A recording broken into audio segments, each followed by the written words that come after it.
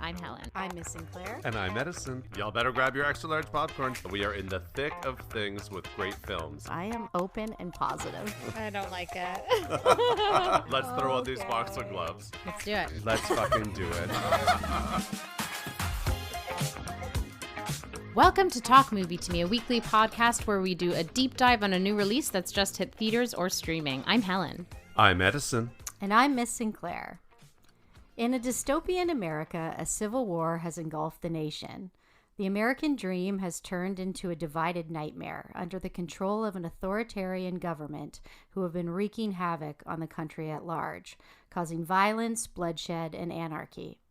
People are starving, homeless, and fearful, and reconciliation seems nowhere in sight. Buildings are abandoned, cars are being bombed and burned, and the death toll keeps rising. The president, played by Nick Offerman, is serving his third term and will soon be coming face-to-face with rebel factions as they are en route to the White House. Amidst this chaos and political unrest, we meet Lee Smith, played by Kirsten Dunst. Lee is a renowned war photographer who plans on reaching the White House to photograph the president before the city falls. Joining Lee on this dangerous venture is her colleague Joel Wagner Mora, her mentor Sammy, Stephen McKinley Henderson, and much to Lee's hesitation, the young and very inexperienced photojournalist Jesse, played by Kaylee Spaney. The journey leads them through deserted towns and refugee camps. They see hostages, captured soldiers, executions, snipers, and even a town living in tranquil ignorance. As Jessie battles with the sight of such futile violence, her idol Lee stays stoic, swallowing these moments of terror and trepidation as all just part of the job. But there is something gnawing at Lee's core. The horrors of her work have been seeping into her psyche, and her many near-death experiences are making it harder for her to keep her shooting hand steady. She begins to grapple with the idea of a piece of herself being stripped away with each click of her camera. Lee knows that a photo can make or break a story. Images provide context and visual communication. They convey powerful meaning and emotion.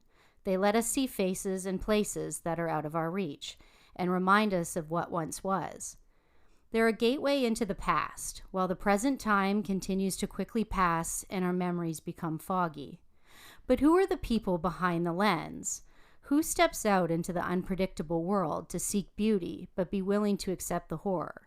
Who willingly enters the eye of the storm with the hope that the perfect shot is only one click away? Directed by Alex Garland, Civil War asks the question, if a picture is worth 1,000 words, then what is the cost to capture it? Wow, that was such a good intro. Very, Thank very you. good. Yeah. Yeah, quite the movie to digest, for sure. Well, absolutely lots to take in there. Yeah. Well, should we just first say that we're recording in person? Yes, We are. Which we haven't done in so long, and it's really exciting and nice to Yeah. see your faces in person. Yeah. It is. It Yeah. was really interesting to hear you deliver that intro right before my very eyes. I Yeah. know. We're sitting next to each other, so nice. And we saw the movie together. We which did. is really nice. It was Yeah. really nice, actually. Well, I didn't, but you two did. Yeah, you weren't there, Helen. Yeah. But Left out as always. no, as usual. no. She hates us. Okay, so let's get into it. What were your first impressions, Helen? Yeah, my first impression when we see the title card come up over the screen was that the text looked weird to me, and I was like, this feels like a placeholder title card. Oh, It really? didn't feel like impactful. You hate a title card, Helen. I don't hate a title card. I don't like a bad one. And this one it just didn't feel right. I don't know. The text, it was like typewriter text, and it just didn't do anything for me. I guess it wasn't memorable. I truly don't remember it at all. So Yeah, and then we get into a protest on a street where we see Kirsten Dunst's character and Kaylee Spaney meet each other. And right away, I just felt like this feels a bit off to me. And I couldn't quite put my finger on it, but I was like, something about this isn't ringing true. No. That interesting. that was how I felt. in the beginning. Okay. Yeah. Well, my first impression was, so we had gone to see this in person together, Sinclair, and that was really exciting. We were in Cinema 8 at Varsity as always. We had a nice 9-ounce glass of wine. We did, which Yeah. I needed about 6 more of them Yeah. to deal with the absolute shattered stress of this film. And, but yeah, from the opening, I was really, really like held capture right away. It starts off pretty intensely, and I had the complete opposite reaction of you. I think there was something about Kirsten Dunst immediately that just like moved me. I was just like hooked and in.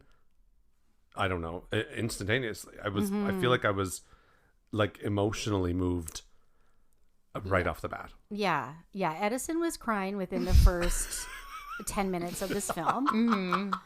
And I actually haven't seen a movie with you in so long that I forgot how quickly you do get swept up into a film.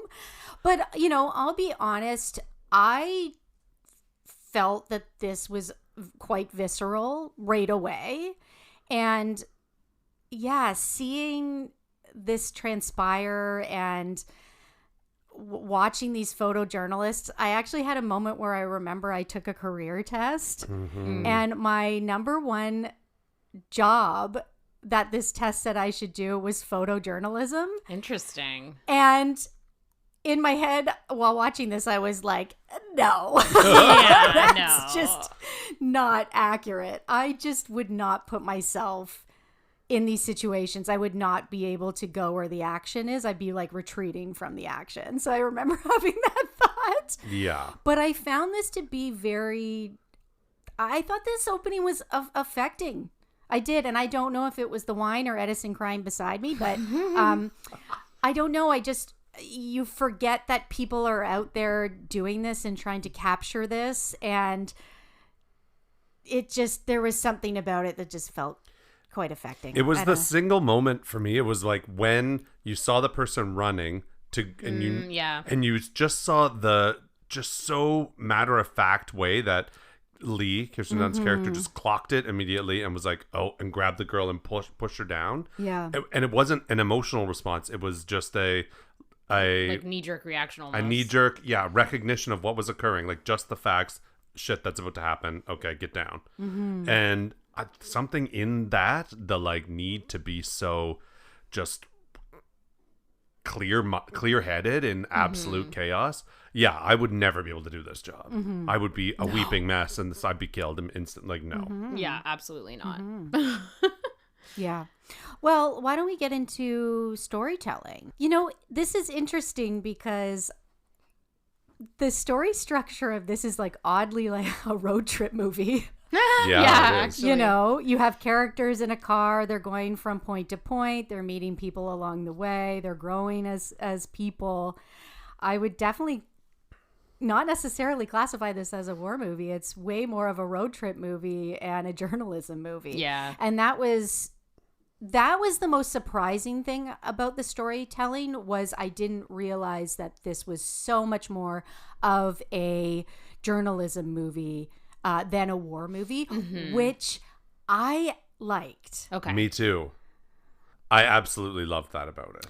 But I can see how if you really wanted to go into this and dig deep into the politics of how this war started and have a very specific like political script, a very specific point of view, and then you get this kind of like ode to journalism, I can see how people could feel a little like bamboozled by this. And I think that's my criticism of the movie is that I felt like it was trying to do two things. It was trying to tell a story about photojournalism and like war journalism, and also tell a story of like a future version of the United States that could have a civil war.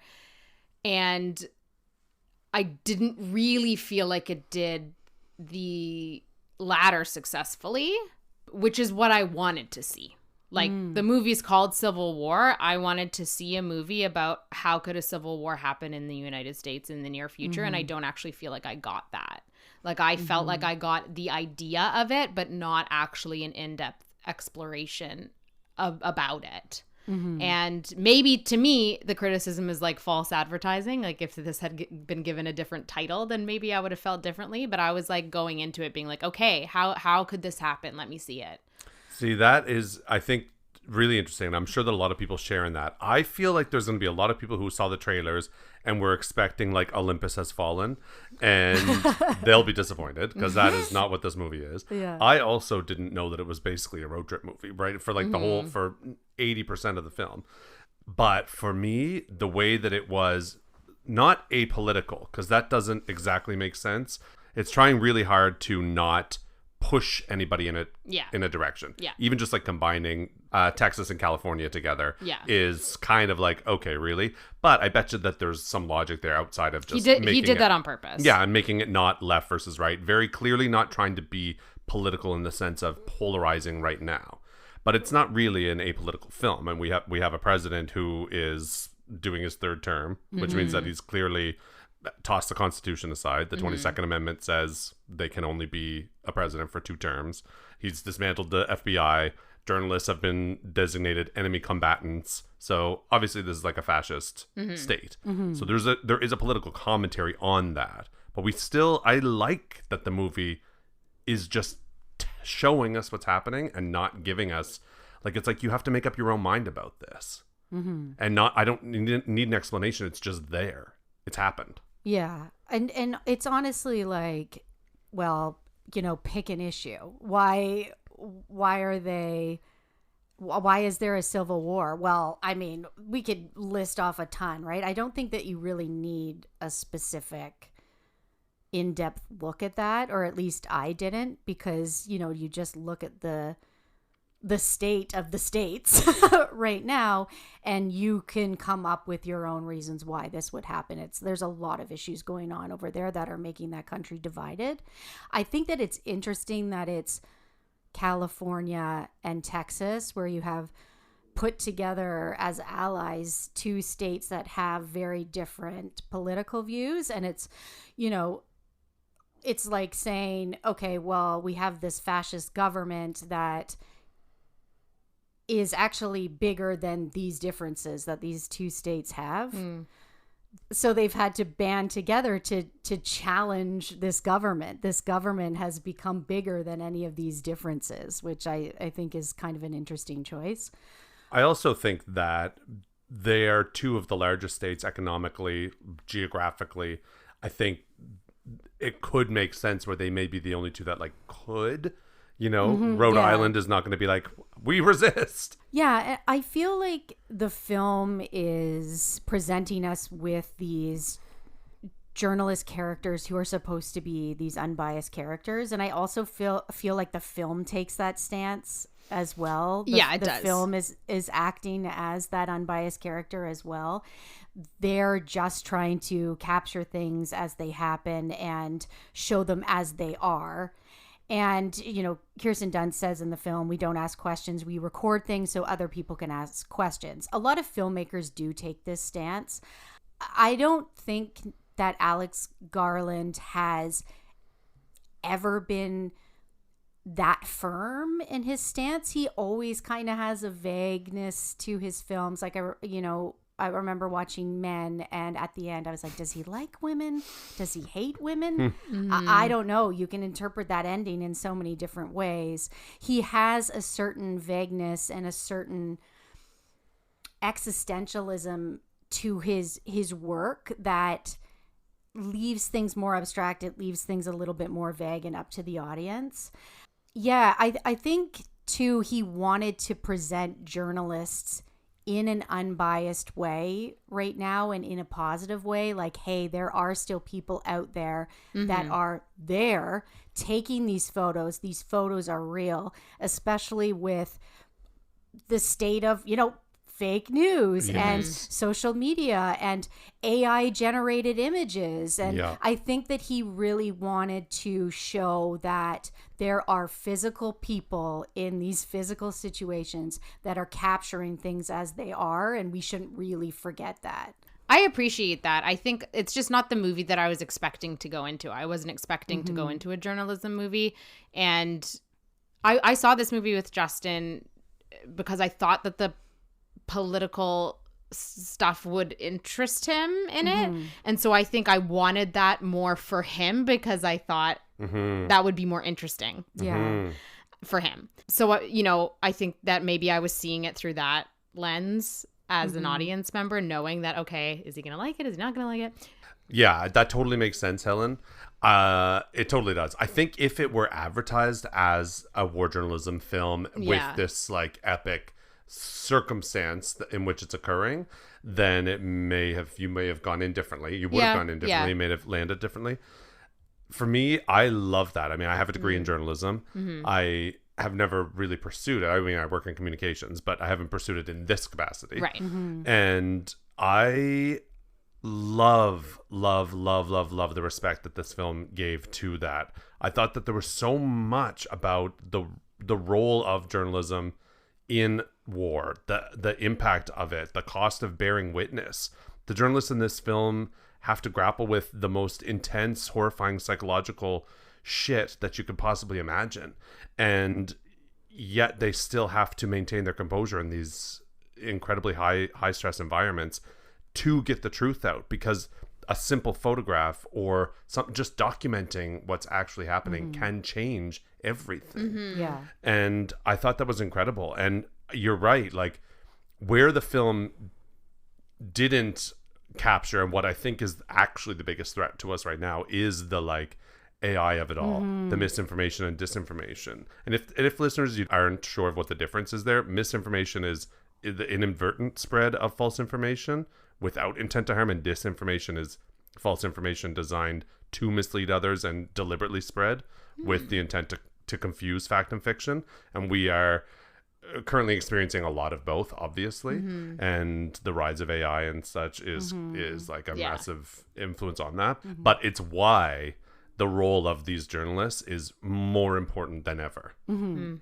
And I think that the film wants to show us, hey, there are people that do this for a reason. They're risking their lives for a reason. It's not just being an image, an easy image to capture. These images have a purpose, and the person taking these images has to have a reason for doing this. They want this to affect something in some way. Otherwise, they wouldn't be doing it. You have to be able to see how high these stakes are and believe that there's people out there that are wanting to do this to affect change. And you get this character like Lee, who has become quite numb to this and quite jaded, because you think of this person's career who has shot war. She's a war photographer. She's gone all over the world shooting wars and seeing horrible things, relaying that information back in some way, and then having the same thing happen in her own country. Yeah. It was shocking to me, and maybe this is part of why the opening scene felt a bit off. It was just shocking to watch a person take a photo of someone die. Yeah. Like that like unsettled me so much, where I was like, how can you just take a picture? And I understand why. Yeah. But it kind of fucked me up. I was like, how can you take a photo of someone being shot in the head? That's fucked up. It is fucked up. It's completely insane. But that is what has to happen. Yeah. And that's why you see that moment when she's in her bathtub and she like is covering her eyes, and we get this montage of some of the other things that she has seen. And there's the one of the man in the tire being lit on fire. Yeah. And like I was like, once again, tears streaming down my face in this movie, like throughout the whole thing. But it's because there was something about her. I just believed that character. I was in it, and I just thought, my God, this person had to see all of that. Had to like be present, and how do you exist with maintaining objectivity and a distance in some capacity so it doesn't just destroy you? I wouldn't know how. It's too much. Well, it's like even a wildlife photographer watching a cheetah chase a zebra, and they can't interfere, right?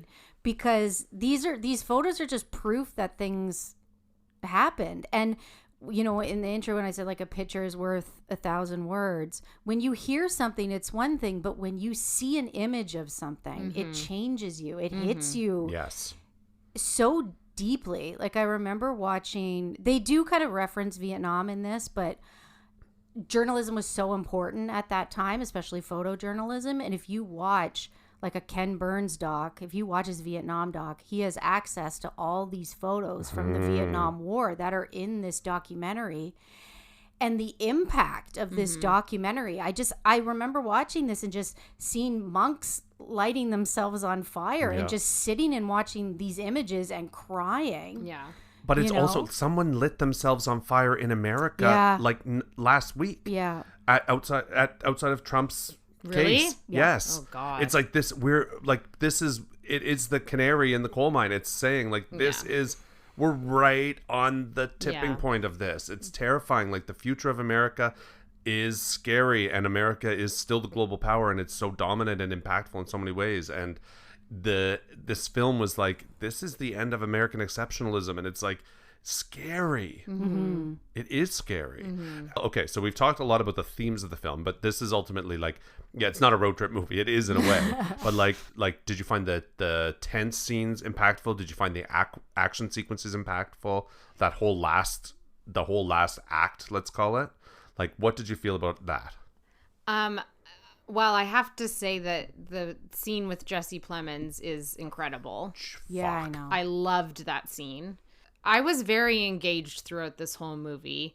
And, you know, is it an action movie? I guess so. It doesn't feel that way to me because there's so much going on within it. I mean, I enjoyed the pacing of it, and I was very engaged throughout the film. And I would like to talk more about the Jesse Plemons scene. But how did you feel, Sinclair, about the tone and the pace? Yeah, I was just in this. I was in it. There was something about the unease of it, the images being produced as these characters are experiencing it. You do feel like you're really going along with it. I really liked the Kirsten Dunst character. Yeah, me too. I liked those moments of her at like existential questioning of all this. I prefer that to a film that has like heavy exposition, heavy explanation, like an Aaron Sorkin or something. You can picture if he did a movie about a civil war, right? Like, I much prefer experiencing this. So I just felt there was something very special and unique. Yeah, it just hits you in a deeper spot, I felt like. And I think a lot of criticism of this, or people are saying this movie didn't really say anything, and I don't think that at all. I think that there was a lot being said, but a lot of it came from the feelings that you're getting from witnessing it. Yeah, I agree. I think that's maybe why it impacted me so much too. Like, I was shooketh. Yeah, I was fully fucking shooketh at this movie. So was the theater, though. The theater was quite still, and there was just like an unease in the theater being part of this world. Yeah, I am curious how someone who has actually been a part of a civil war like this in a different country, how they would take this film. Well, I mean, it's not a civil war, but I can tell you that I do have a friend who's from Venezuela, and that there was a huge amount of civil unrest and collapse in that country, and terrible, terrible shit happening, and clashes between protesters and the government and all of the rest of it. And he couldn't watch it. He was like, he watched it at the cinema, but he was like, I fucking hated that movie. It was too real. It was like horrifying for him. It like fully re-triggered him in a very real way. He said, I went home, I couldn't sleep. I had anxiety the whole next day. So because there was a part of me while I was watching it that thought, is this just shocking because it's happening here? Like, is this representative of what it would look like, or is it just shocking to me because you don't expect to see it in Western culture? Yeah, so my take is that it's shocking to us and alarming to us and too real, maybe, if you've experienced it. Yeah, okay. And yeah, that Jesse Plemons scene, I could watch that just as a short film. Like, I thought that scene was so incredible. And him in that part, Jesse Plemons in that part, is exceptional. Yeah. He is an exceptional actor. Like, he plays it, it's so banal, the way he plays it. Like, it's nothing. It's no thing, right? Yeah, and we'll discuss more of that in performances. Something that scene was truly horrifying, and I think it was interesting because, you know, when we're in the cities, it's big, it's a protest, it's explosions, it's helicopters, it's military, and that's scary in one way, of course. But somehow you feel like you could duck at a safety, you could like duck and hide somewhere. Whereas when the scene when they're like with the snipers and you're out in the middle of nowhere, or that scene there where it's just like nature and you're like, fuck, these Americans with their like, there's so much open space, like it's the Wild West. It's way scary. I found that way scarier. It would be terrifying to be out there like that. You don't know who you're going to stumble upon. Yeah. Well, do we want to jump into performances? Yeah, sure. Okay, well, I'll jump on what you were just talking about with Jesse Plemons. I mean, it's a cameo. It's a very tiny, he's literally in one scene, but like stole it. I mean, was incredible. Yeah. Big competition. Who I love more, Joaquin and Rooney, or Kirsten and Jesse? Like my two favorite Hollywood couples. Yeah. I mean, he's great, and he can be so eerie. Yeah. Very unsettling. You know? But I also love that he seems like just such a nice guy too in real life. But he can play such a dick. I think he has this ability to like be really, he's got the confidence to be so quiet and still and like wait and patient. And so what makes him more scary is the unpredictability. You can like feel his inner coil being like wound up, wound up, but you don't know when it's gonna burst. And it's so good. This was actually supposed to be a different actor who dropped out at the last minute, and Kirsten was just like, my husband will do it. Yeah. Wow. Yeah. That's great. Yeah. Who was it? I don't know. Say? Okay. I bet he's kicking himself in the ass. Yeah. Let's talk about Kirsten. Fuck yes. She's so good Love in this. Kiki. Yeah. She has like this detached quality that she does so well. And I love how her face looks too. Okay, so I'm glad you said that, because that is actually one of my notes. She looks great. Yeah. But she is, over 40. Yeah. And she looks over 40, and it's amazing because she looks great, but I've grown up with this person. Like, she's, I think, 1 year older than me or so. And I have watched her movies since I was young and grown up with her. And when I see her on the screen, I'm looking at her face and I'm like, oh, you're getting lines where I'm getting lines. Right. And I can see that you're my age. Yeah. It's such a different experience than watching like Emily Blunt, who is also close in age to me. But you look at her and she just looks great, but she looks what she should look like. I know. Yeah, like this character would not be getting Botox and filler and any of these things. Like, she wouldn't be. Yeah, there was just a realism to her actually being this character. She's also a Hollywood veteran at this point. Yes. She's been doing this since she was a child. And her performance against Kaylee Spaney is perfect because she's a young star coming in. Kirsten's with Sofia Coppola. This. Yeah, with Sofia Coppola. Yeah. It's kind of great. You can see her experience, and I also just love the way she physically was holding the camera. Yeah. You can tell she practiced a lot to like look like a believable photographer. Again, like there was something in this performance I like that just grabbed me and held me instantly, where I believed her 100% and literally just felt everything so intensely. In that whole final scene when they're storming the White House and she finally, as you said, Sinclair, like, things start to unravel and she's going she's going through it. Yeah. Then. All of her composure's down. She's like panicked and she has this look of pain on her face and she's got her head up against the wall and she's like grimacing. And I couldn't breathe. Like it was, I was crying, but it was like, I could cry right now thinking about it. Yeah. There was something about the way that she did that like hurt me to watch. Yeah. It was fucking insane. And then when she pulls it back together in that and like gains her composure right at that moment and she like looks basically directly at camera and the light hits it so good and she's like, okay, and she gets up, she's like, the president's not there, and she just gets it all together. That was so powerful. Yeah. I'm obsessed with her in this. Yeah. She also she has that moment too where she pushes Kaylee Spaney out of the way, but then she is dead so fast too that it's just realistic in the sense that she's there and then she's just gone. Yeah. Spoiler. Yeah, spoiler. Spoiler.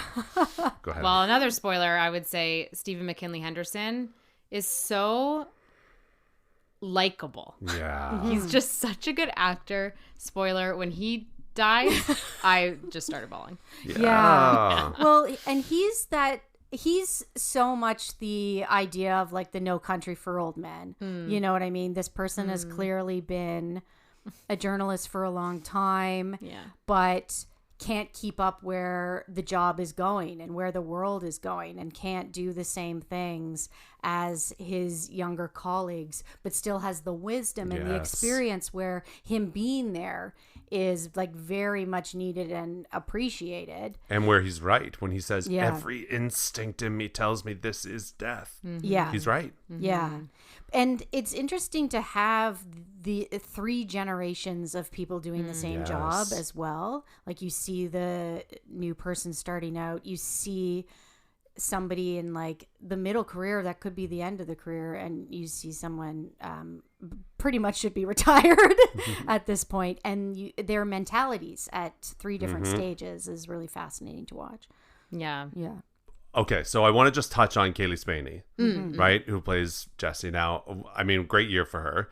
I think that she does something similar in this film that she also did in Priscilla, which is that when this film started, she reads so young. Yeah, she does.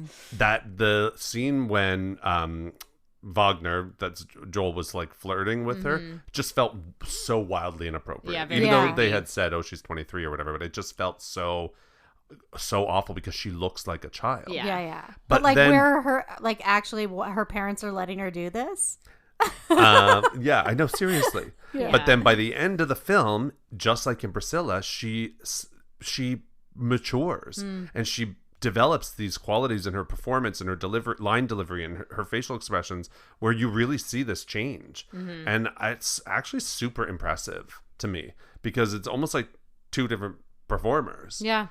So I really liked her in this. Yeah. She kind of gives me Shailene Woodley vibes. Oh, yeah. I And can in see fact, that. I leaned over to you at one point. I was like, whatever happened to Shailene Woodley? Yeah. Yeah. Shall we get into technical? Yeah. So I just found the imagery in this great because you do get the horrors and you also get these moments of peace as well, especially when they're driving along. And that's one thing I always kind of appreciate in war movies, and is when there are these moments of stillness. Like there's these beautiful shots of when they're driving in the car and it's just representing a photographer's eye. And you can see Kirsten Dunst seeing these dogs kind of run along. She says, let's stop. Let's take some photos, you know, in these peaceful moments as well. They can be just as important as the moments that have action. I like that. I like them having the travel film, those little touches of, you know, Kaylee Spaney just shoots on film and she's doing it as they go, how a photographer is going to do this on the road.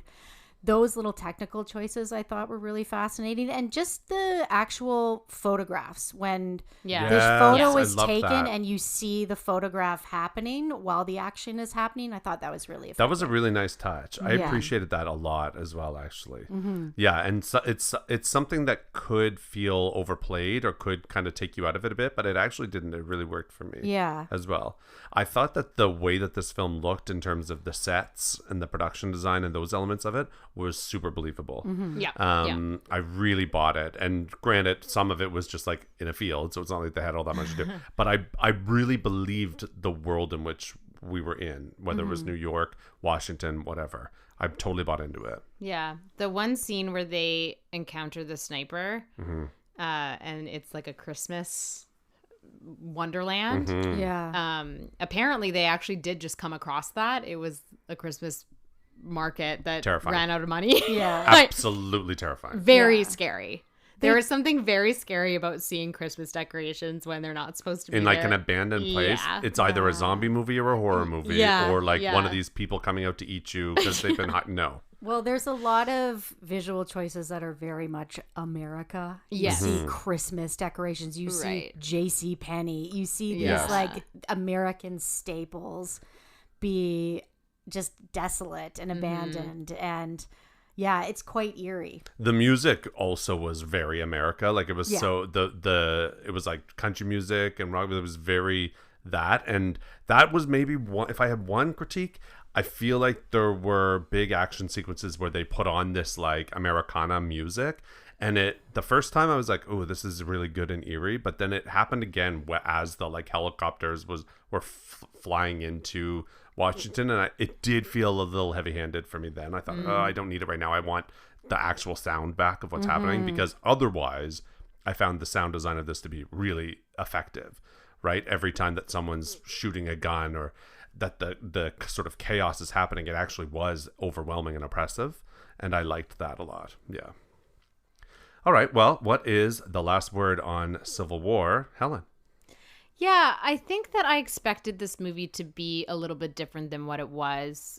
Not to say I didn't appreciate what it was, but I would like to go back and give it a second watch now that I know. And just see, what else I like take in with it. But I did like it, and the Kirsten Dunst and Jesse Plemons' performances really elevated the movie for me. Yeah. Edison? Yeah, I loved this movie. Is a strange actually term to use because it also terrified the shit out of me. Yeah. But I found it really, really effective, really like deeply moving, like horrifying, and I just thought it just was fantastic. I would recommend it to almost anybody to watch, but I would absolutely give them a bit of a like, hey, this is what to expect going into it. In fact, I've already had that conversation with several people. Like, Content warning. yeah, know that you need to know that this is a journalism, like a war journalism road trip movie that has like a big action piece finale, but that's not what the film is. Yeah, I really like this. It gave me similar feelings to when I watched that Ken Burns Vietnam doc. It's that same kind of unsettling feeling. I didn't expect this movie to be what it was, but it actually went in a direction that I prefer over what I thought it was going to be. So that was fine with me. Yeah. And just love seeing Kiki be great. Yes. She's having just such a amazing year. I know. Yeah. So happy for her. Like actual Hollywood legend. This Yeah. person has been famous for 30 years Yeah. and has gone through all of it and is still here, delivering incredible performances, maintaining a low profile, like just killing it. I know. And doing what she wants. And she has an amazing Architectural Digest She really does. video. Oh, and yeah. her house is incredible. It is. Yeah. All right. Well, this has been another episode of Talk Movie to Me. If you would like to get in touch with us, our email is talkmovietome@gmail.com. Follow us on Instagram @talkmovietome. Rate and review us wherever you get your podcasts. And season 7 episodes are on YouTube @Talk Movie to Me podcast. I'm Helen. I'm Miss Sinclair. And I'm Edison. Bye. Let's get her sushi. Sushi time.